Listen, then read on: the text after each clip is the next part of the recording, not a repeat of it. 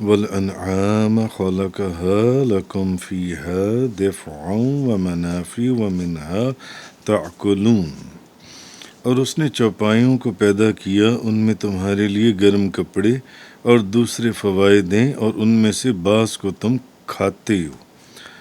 وَلَكُمْ فِيهَا جَمَالٌ حِينَ تُرِيحُونَ وَحِينَ تَسْرَحُونَ، اور ان میں تمہارے لیے حسن و زیبائش ہے جب تم شام کو انہیں چرا کر واپس لاتے ہو اور جب صبح کو انہیں چراگاہ میں چھوڑتے ہو۔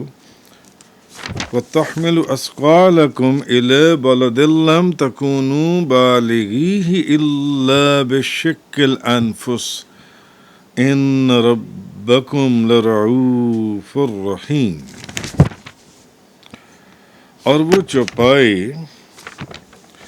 تمہارے سامان لاد کر اس شہر تک لے جاتے ہیں جہاں تم بغیر مشقت کے خود نہیں پہنچ سکتے تھے۔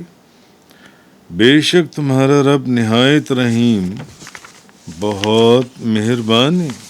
اس سے پچھلی آیتوں میں سورۃ النحل کی اللہ تعالیٰ نے آسمانوں، زمینوں، زمین کی تخلیق اور پھر اس کے بعد انسان کی پیدائش کا ذکر کیا کہ انسان کو ایک نطفے سے، ایک قطرے سے پیدا کیا۔ اچھا، اب اس آیت اور اس کی بعد والی جو چند آیات ہیں ان میں ان چیزوں کا ذکر فرمایا جن سے انسان فائدہ اٹھاتا ہے، اپنی ضروریات کو پورا کرتا ہے۔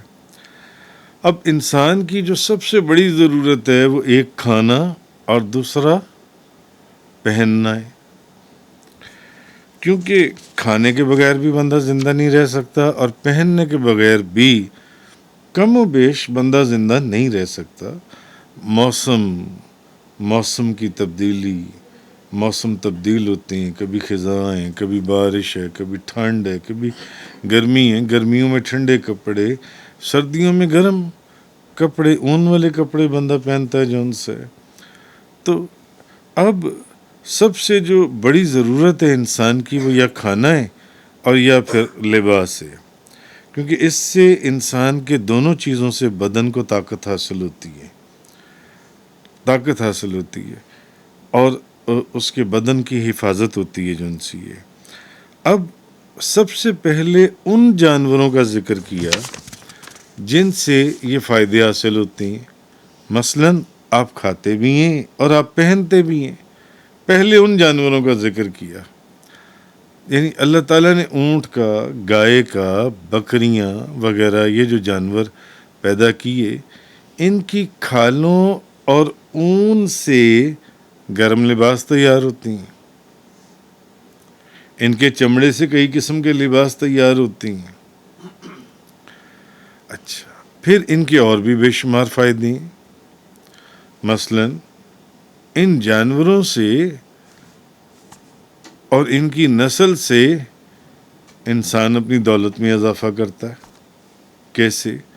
آج آپ دیکھ لیں جگہ جگہ ڈیری فارم کھلنے لگے ہوئے، پہلے بندہ 2 گائیں 2 بکریاں پالتا ہے، پھر 10 ہوتی ہیں، 10 بھینسیں ہو جاتی ہیں، 20 بھینسیں کر لیتا ہے، 50 بھینسیں کر لیتا ہے۔ دولت بڑھانے کا بھی ذریعہ ہے جون سے۔ پھر ان کا دودھ بھی پیتی ہیں، ان اونٹوں کا، ان گایوں کا، ان بکریوں کا، ان کا دودھ بھی پیتی ہیں۔ اچھا، پھر ان پر سواری بھی کرتی ہیں، پھر ان کا گوشت بھی کھاتی ہیں، پھر ان کی اون جو حاصل ہوتی ہے اس سے لباس بنتا ہے، آپ لباس پہنتے ہیں۔ تو اب اس آیت سے ایک بات تو ہمیں یہ پتہ چل گئی کہ اون کا لباس پہننا بھی جائز ہے۔ یہاں ذکر ہے ان جانوروں کا جن سے یہ اون حاصل ہوتی ہے، تو نبی پاک صلی اللہ علیہ وسلم اور آپ سے پہلے جو رسول تھے انہوں نے اون کا لباس پہنا ہے، اون کا لباس، اور آج بھی اسی لیے ہمارے اندر آپ لوگ دیکھتے ہیں کہ بے شمار لوگ اون کا لباس پہنتے ہیں، اون کا لباس پہنتے ہیں۔ باہر کے ملکوں میں آپ جائیں تو میں نے دیکھا ہے کہ وہاں پر ایسے وہ لانگ کوٹ ہم لینے گئے تو اس میں باقاعدہ ان جانوروں کی تفصیل ہوتی ہے جن جانوروں کی اون سے وہ لانگ کوٹ تیار ہوتے ہیں، اوور کوٹ لانگ کوٹ تیار کیے جاتی ہیں. تو حضرت مغیرہ بن شعبہ رضی اللہ تعالیٰ عنہ بیان کرتی ہیں کہ ایک سفر میں رات کے وقت نبی پاک صلی اللہ علیہ وسلم کے میں ساتھ تھا، تو آپ نے مجھ سے پوچھا تمہارے پاس کوئی پانی ہے؟ میں نے کہا جی ہاں. آپ سواری سے اترے اور ایک طرف کو چلے گئے، یہاں اندھیرے میں چلے گئے، پھر آپ چھپ گئے، نظر آنا دور چلے گئے، پھر آپ آئے تو میں نے برتن سے آپ کے اوپر پانی ڈالا، آپ نے چہرہ دھویا.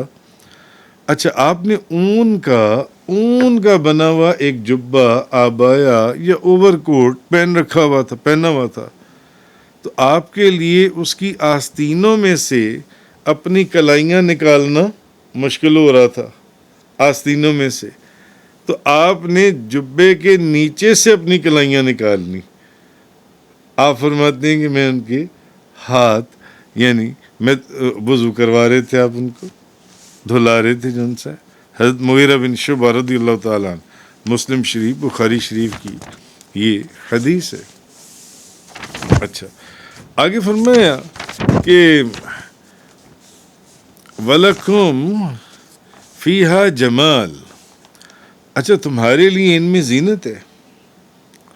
ابھی اللہ تعالیٰ اپنی نشانیاں جو عقل والے ہیں، جو عقل سلیم رکھتے ہیں، جن کو اللہ نے عقل سمجھ بوجھ دی ہے، وہ ان نشانیوں کے اندر اللہ کی وحدانیت، اس کی الوہیت، اس کی ربوبیت کے دلائل کا مشاہدہ کرتی ہیں. اللہ نے تمہارے لیے ان میں زینت رکھی ہے. اچھا، یعنی جب تم ان جانوروں کو شام کے وقت چراگاہ سے واپس لاتے ہو، چراگاہ سے آپ چراگاہ میں لے گئے ان کو چرانے کے لیے، تو واپس لاتے ہو، یا تو جب تم صبح کے وقت ان کو چراگاہ میں لے کر جاتے ہو چرنے کے لیے چھوڑتے ہو. تو تم جو لوگ جنہوں نے یہ مناظر دیکھے ہیں، اب شہروں میں تو یہ منظر نہیں ملیں گے آپ کو، مگر گاؤں میں، پنڈوں میں، یا جیسے باہر کے ممالک میں ہم نے دیکھا، عرب ممالک میں بھی ہم نے دیکھا، وہ اونٹوں کے ریوڑ لیے جا رہی ہوتی ہیں، شام کو واپس لا رہی ہوتی ہیں. عرب ممالک میں ہم نے بہت جگہوں پر دیکھا، سینکڑوں جگہوں پر کم و بیش. یورپ کے اندر ہم نے دیکھا. تو اب وہاں تو چراگاہ بنی ہوتی ہیں ان کی. تو تمہارے لیے ان میں زینت ہے. جب تم ان جانوروں کو شام کے وقت چراگاہ سے واپس لاتے ہو، یا جب صبح کے وقت ان کو چرنے کے لیے چھوڑتے ہو، تو جب تم ان کی بناوٹ کو دیکھتے ہو تو تمہارے دل خوش ہوتے ہیں، تمہارے دل خوش ہوتے ہیں. اور بالکل حقیقت کا بیان کیا گیا ہے. ایگزیکٹلی ایسا ہی ہوتا ہے. اچھا، پھر یہ بھی ہے کہ جب تم ان کو اپنے گھروں سے نکالتے ہو، یا اپنے باڑے میں سے نکالتے ہو، یا جہاں تم نے ان کو رکھا ہوا ہے وہاں سے نکالتے ہو چراگاہ میں لے جانے کے لیے، یا رات کو جب ان بکریوں کے ریوڑ کو یا گائے بھینسوں کو اونٹوں کو لے کر واپس گھر کو آ رہے ہوتے ہو، تو اس وقت بھی جون سے تمہاری عزت، وجاہت، تمہارا مرتبہ اور تمہارا مقام بڑھ جاتا ہے. فار ایگزامپل، اس کو آسان لفظوں میں آپ سمجھیں، اگر میں آپ سے عرض کرنا چاہوں، ہے سادی سی مثال. بھئی ایک بندہ گھر سے نکلا سائیکل کے اوپر، مگر ساتھ ہی دوسرا گھر ہے، اس گھر میں سے بندہ نکلا مرسیڈیز کے اوپر، لینڈ کروزر کے اوپر.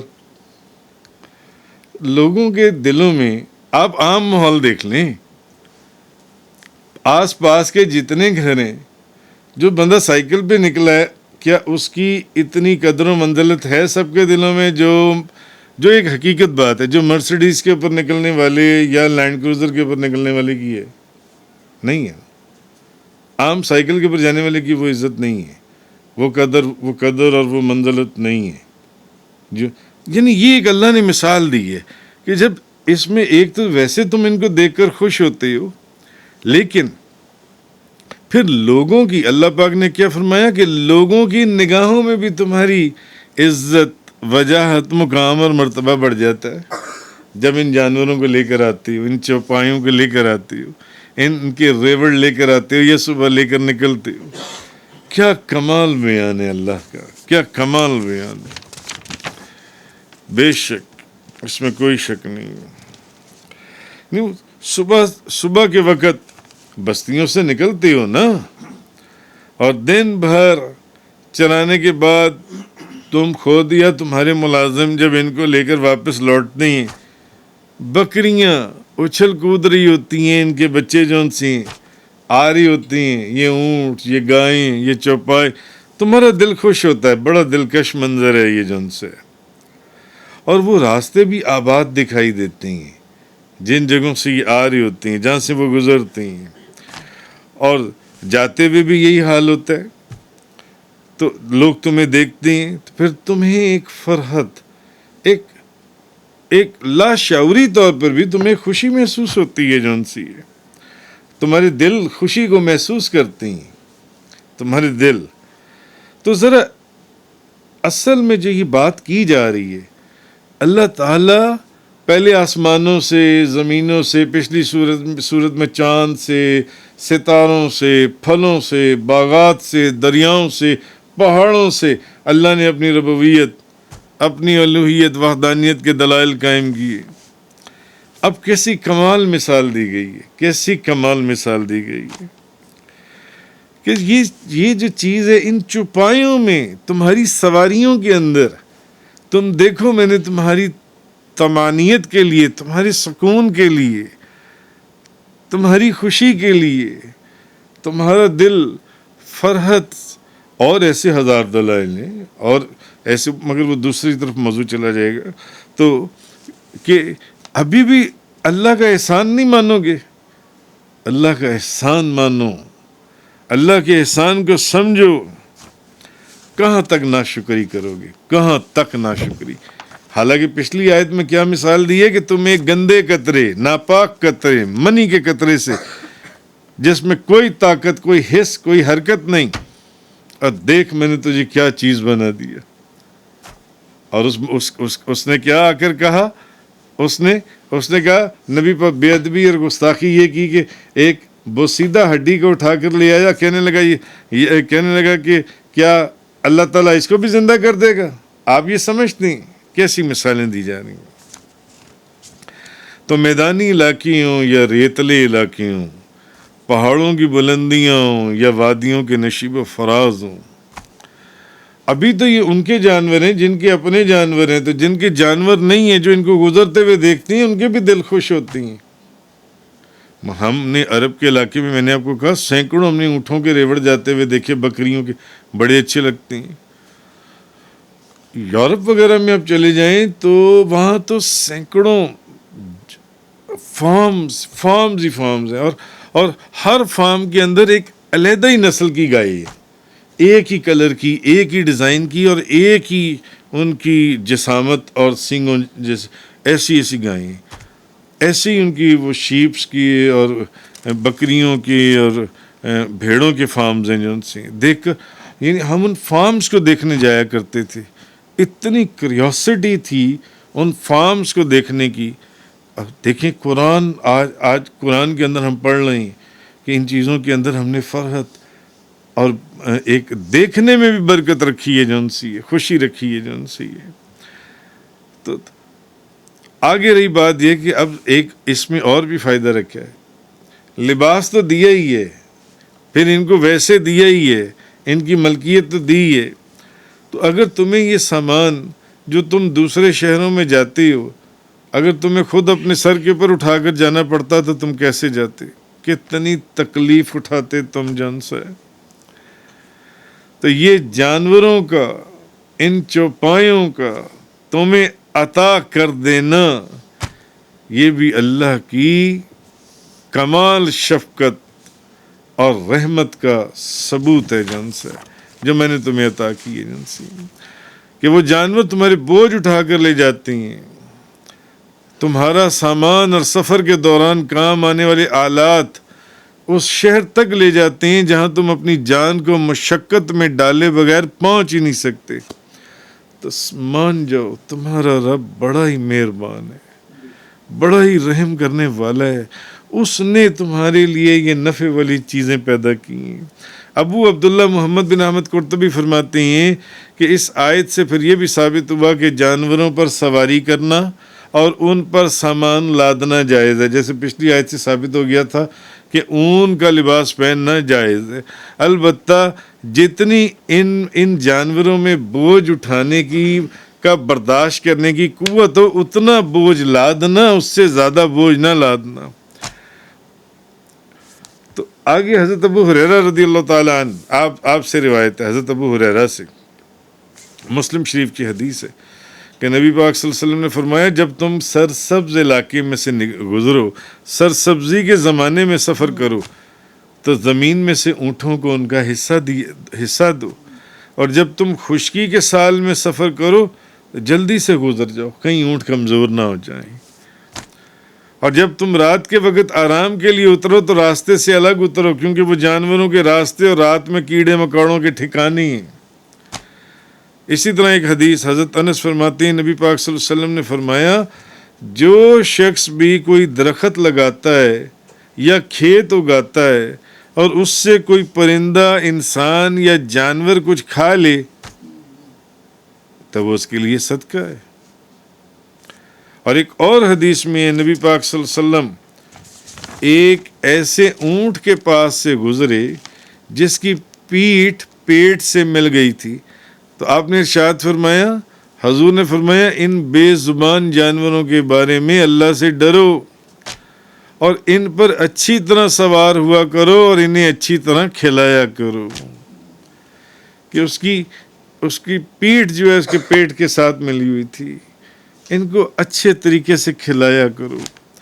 حضرت جابر رضی اللہ تعالیٰ عنہ فرماتے ہیں نبی پاک صلی اللہ علیہ وسلم نے جانور کے چہرے پر مارنے سے منع فرمایا، جانور کے چہرے کو داغ لگانے سے منع فرمایا۔